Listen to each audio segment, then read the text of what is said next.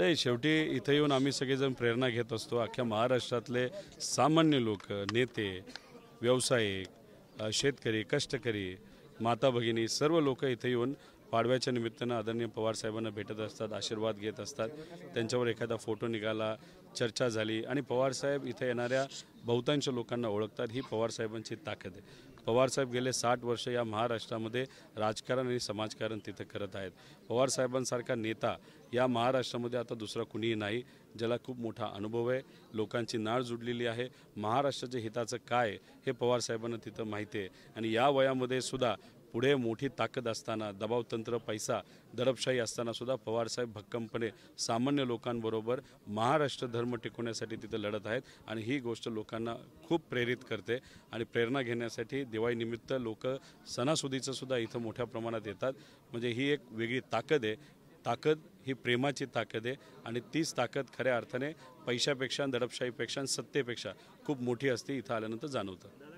पवार कुटुंबियातला पाडवा जो आहे तो सर्वश्रुत आहे, राज्यभर त्याचा आदर्श सांगितला जातो. यंदाच्या वर्षी मात्र 2 पाडवे होताना पाहायला मिळत आहे. मनाला वेदना होतात हे सगळे चित्र. आता प्रथा पवार साहेबांनी खूप पूर्वीपासून तिथं चालू केली होती आणि महाराष्ट्रातले लोक पवार साहेबांना भेटण्यासाठी पाडव्यानिमित्त तिथं पार 50-55 वर्षापासून तिथं येतात. नंतर अजितदादा मग त्याच्यामध्ये सामील झाले. अजितदादा पवारसाहेब तिथं उभा राहायला लागले. नंतर सुप्रियाताई आल्यात, नंतर मी आलो आणि मग अशा पद्धतीने एक परंपरा तिथं चालू राहत आली. आता पवारसाहेब जिथं उभे राहतात तिथं उभे राहतात. लोक पवारसाहेबांना जिथं भेटायला येतात तिथे येतात. आता दादांनी वेगळा तिथं निर्णय घेतला, त्याला मला काही खूप जास्त बोलता येणार नाही, तो त्यांचा व्यक्तिगत निर्णय. पण इथं आपण जर बघितलं तर आजसुद्धा मोठ्या प्रमाणात लोक इथं येताना बघायला मिळतो आहे. आणि सगळ्यात खासियत गोष्ट आहे की इथं नेते कमी, कारण का सर्व आता इलेक्शनमध्ये गुंतून आहेत, पण सामान्य लोक जास्त आहेत. पलीकडे नगरसेवक जास्त असू शकतील, मोठे मोठे व्यावसायिक तिथं जास्त असू शकतील, पण महत्त्वाचं काय की लोकशाहीमध्ये सामान्य लोकांना जी ताकद आहे ती पैशाला नाही, हे आपल्याला कुठेतरी जाणवतं. 170 ते 180 उमेदवार महाविकास आघाडीचे निवडून येतील या महाराष्ट्रामध्ये, हे आपल्या सगळ्यांना तिथं बघायला मिळेल. एक सुप्त लाट आहे. शांततेमध्ये लोक तिथं योग्य असा निर्णय घेणार आहे. कारण का ज्या पद्धतीने भ्रष्टाचार या महाराष्ट्रामध्ये महायुतीच्या नेत्यांनी केला हे लोकांना माहीत आहे. शेतकरी आज अडचणीत आहे. कालच तुम्ही जर बघितलं सोयाबीनचे रेट हे 2200 रुपयाला तिथं आलेले आहेत. त्याच्याचबरोबर दिवाळीसाठी फराळ बनवण्यासाठी खरेदी करायला जे लोक गेले होते आणि खास करून आमच्या लाडक्या माता भगिनी जेव्हा तिथं गेल्या होत्या, तेलाचे भाव, बाकी सामग्रीचे भाव बघितल्यानंतर जेवढा पैसा सरकार देतं आहे त्याच्या कितीतरी पटीने जास्त हा सामग्री घ्यायसाठी नाही तर घरामध्ये दिवाळीच्या काही गोष्टी घेण्यासाठी तिथं खर्च होतो आहे. ज्या पद्धतीने घर पूर्वी रंगवलं जायचं, तिथं काय रंगरंगोटी केली जायची, स्वच्छता केली जायची, आज तसं कुठेही काही दिसत नाही. म्हणजे लोकांच्या हातामध्ये पैसा नाही. आणि त्याचं मुख्य कारण जर आपण बघितलं तर महायुतीचं सरकार आहे. आणि सगळ्यात महत्त्वाचं काय, केंद्र सरकारच्या सर्वे केलेल्या एका एजन्सीने कालच रिपोर्ट दिलेला आहे की गेल्या 10 वर्षामध्ये महाराष्ट्राची मोठ्या प्रमाणात पिछेहाट झालेली आहे आणि गुजरात पुढे गेलेलं आहे. त्यामुळे भाजपचं सरकार जेव्हा महाराष्ट्रात येतं ते महाराष्ट्रासाठी काम करत नाही, तर ते फक्त गुजरातसाठी काम करतं. त्यामुळे महायुतीचे नेते खास करून देवेंद्र फडणवीस साहेब त्यांच्या डोळ्यावर महाराष्ट्राच्या स्वाभिमानाची, महाराष्ट्र धर्माची पट्टी नसून त्यांच्या डोळ्यावर गुजरातची पट्टी असं आपल्याला कुठेतरी म्हणावं लागेल. राज्यभरामध्ये महाविकास आघाडीमध्ये चांगलं वातावरण आहे, मात्र काही ठिकाणी मैत्रीपूर्ण लढत आहे, काही ठिकाणी बंडखोरी आहे. याचा परिणाम महाविकास आघाडीच्या एकंदरीत सगळ्या जागांवरती होऊ शकतो का? तर नाराजी मोठ्या प्रमाणात पाहायला ते प्रमाण जेवढं महाविकास आघाडीमध्ये आहे त्याच्या कितीतरी पट जास्त प्रमाण ते महायुतीमध्ये आहे. म्हणजे महाविकास आघाडीमध्ये काही ठिकाणी नक्कीच तुम्ही म्हणता तशी परिस्थिती आहे, पण सगळीकडेच ती परिस्थिती अशी नाही. पण पुढच्या 2-3 दिवसामध्ये बऱ्यापैकी सीटवर माघार घेतली जाईल, हे आपल्या सगळ्यांना तिथं बघितलं जाईल. आणि महायुतीमध्ये त्या प्रकारची माघार घेतली जाईल का, हा एक मोठा प्रश्न आहे. त्यामुळे त्यांच्यामध्येच कुठेतरी रस्सीखेच महायुतीमध्ये मोठ्या प्रमाणात झालेली आहे. कारण का अजितदादांच्या पक्षाला असं वाटतं की त्यांच्या जागा जर कमी आल्या आणि समजा चुकून भाजप आणि एकनाथ शिंदे साहेबांच्या जागा जास्त आल्या तर मग उद्या जाऊन उपमुख्यमंत्रीपद दादांना तिथं मिळणार नाही। आता एकनाथ शिंदे साहेबांना असं वाटायला लागलं आहे की समजा दादांच्या जागा बऱ्या आल्या आणि समजा BJPच्या जरा जास्तच चांगल्या आल्या, ते दोघं एकत्रित येतील आणि मुख्यमंत्रीपद हे देवेंद्र फडणवीस साहेबांना शिंदे साहेबांना न मिळता देवेंद्र फडणवीस साहेबांना मिळेल। त्यामुळे हे तिन्ही समीकरण इतकं गोंधळ करत आहे आणि तिघांकडे काय आहे तर पैसा आहे, त्यामुळे एकामेकांच्या विरोधात पैसा वापरतात। आमच्याकडे पैसा नाही, आमच्याकडे लोक आहेत, त्यामुळे जो काही मतदार आमच्याबरोबर प्रामाणिक आहे, जो लोकसभेला प्रामाणिक राहिला, मोठा पैसाचा भडीमार होऊन सुद्धा तो अजूनपर्यंत आमच्याबरोबर असल्यामुळे विजय हा महाविकास आघाडीचा होईल असा आमच्या सगळ्यांचा विश्वास आहे।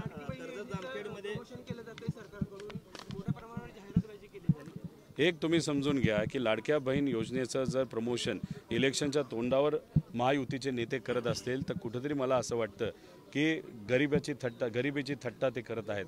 शेतीच्या बाबतीत महायुती कमी पडलं, नोकऱ्यांच्या बाबतीत महायुती कमी पडलं, न्याय देण्याच्या बाबतीत महायुती कमी पडलं, खर्च वाढवण्याच्या बाबतीत महायुतीने खूप मोठं पराक्रम तिथं या महाराष्ट्रामध्ये देशामध्ये केलेला आहे। त्यामुळे लोकांच्या हातामध्ये पैसा नाही आणि तो पैसा नसल्यामुळे सरकारने ही लाडकी बहीण योजना तिथं आणली, 1500 रुपये महिन्याला ते देतात आणि त्याच्यावर सुद्धा जर हे राजकारण करत असतील म्हणजे गरिबावर हे राजकारण करून सत्तेत लाडक्या खुर्चीसाठी येण्याचा प्रयत्न तिथं करत आहेत। किती काय केलं तरी 6 तारखेला महाविकास आघाडी सुद्धा आमच्या माता भगिनींसाठी एक सुंदर अशी योजना घेऊन येत आहे आणि ती महाविकास आघाडी 100% लागू करेल।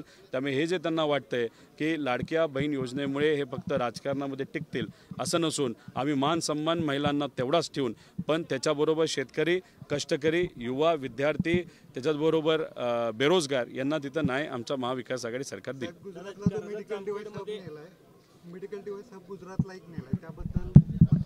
अहो बरंच काही गुजरात तिथं नेलेलं आहे। एक तुम्ही समजून घ्या की केंद्र सरकारने जो रिपोर्ट आता काढला, महाराष्ट्र गेल्या 10 वर्षामध्ये विकासाच्या बाबतीत खूप मागे गेलेला आहे आणि गुजरात खूप पुढे गेलेला आहे।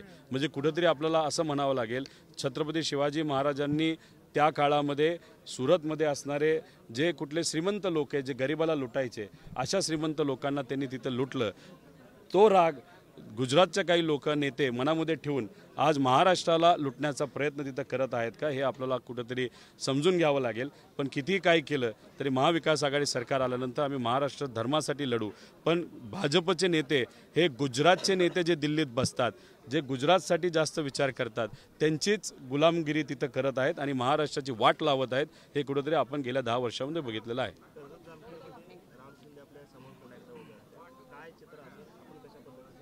नाही, तिथं मतदारसंघामध्ये तिथं असणारे जे स्वाभिमानी कार्यकर्ते आहेत, नागरिक आहेत, मतदार आहेत, निष्ठावंत पदाधिकारी आहेत, ह्या सगळ्यांनी एकच उद्दिष्ट मनामध्ये घेतलेलं आहे। जिंकायचा विषय नाहीच आहे, विषय एवढाच आहे की लीड गेल्या वेळेसपेक्षा आपल्याला कशी वाढवता येईल आणि सामान्य लोकांनी इलेक्शनचा हातामध्ये घेतला असेल तर मग टेन्शन तसं नसतं। त्यामुळे मला विश्वास आहे की विजय तिथं माझा होईल आणि लीडसुद्धा तिथं वाढेल। आणि लोक इतकी हुशार आहेत की माझे जे विरोधक आहेत 4.5 वर्ष त्यांचे MLCचे राहिलेले आहेत, त्यामुळे लोक म्हणतात की जर खरंच त्यांना मनापासून लढायचं झालं असतं तर त्यांनी MLCचा राजीनामा दिला असता, पण त्यांना भीती आहे, नाही तर त्यांना माहीत आहे की ते काय त्यांना यश मिळणार नाही म्हणून त्यांनी MLCचा राजीनामा दिला नाही आणि आता विधानसभेसाठी लढायला तयार आहे। लोकांना माहीत आहे, लोक खूप हुशार आहेत, लोक हुशार असल्यामुळे प्रामाणिकपणे ते माझ्या पाठीशी राहतील आणि गेल्या 5 वर्षामध्ये कुटुंबासारखी सेवा जी मतदारसंघाची केली, पुढे अनेक वर्ष तीच सेवा करण्याची संधी लोक देतील असा विश्वास आहे। आता काय करणार, त्यांना शोधून सुद्धा उमेदवार तिथं मिळत नव्हते। मी म्हणाले की उमेदवार मिळत नसतील तर देवेंद्र फडणवीस साहेबांनी इथं उभं राहावं, पण ते सुद्धा त्यांनी ऐकलं नाही। आता देवेंद्र फडणवीस साहेबच त्या बाबतीत कमी पडले असतील तर राम शिंदे ज्यांनी गेले 4.5 वर्षात लोकांची कुठलीही सेवा नाही केली, उलट विकास कामं थांबवली।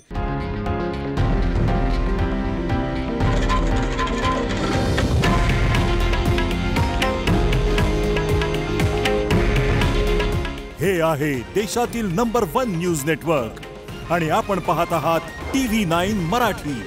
काळजी तुमची, हित महाराष्ट्राचं।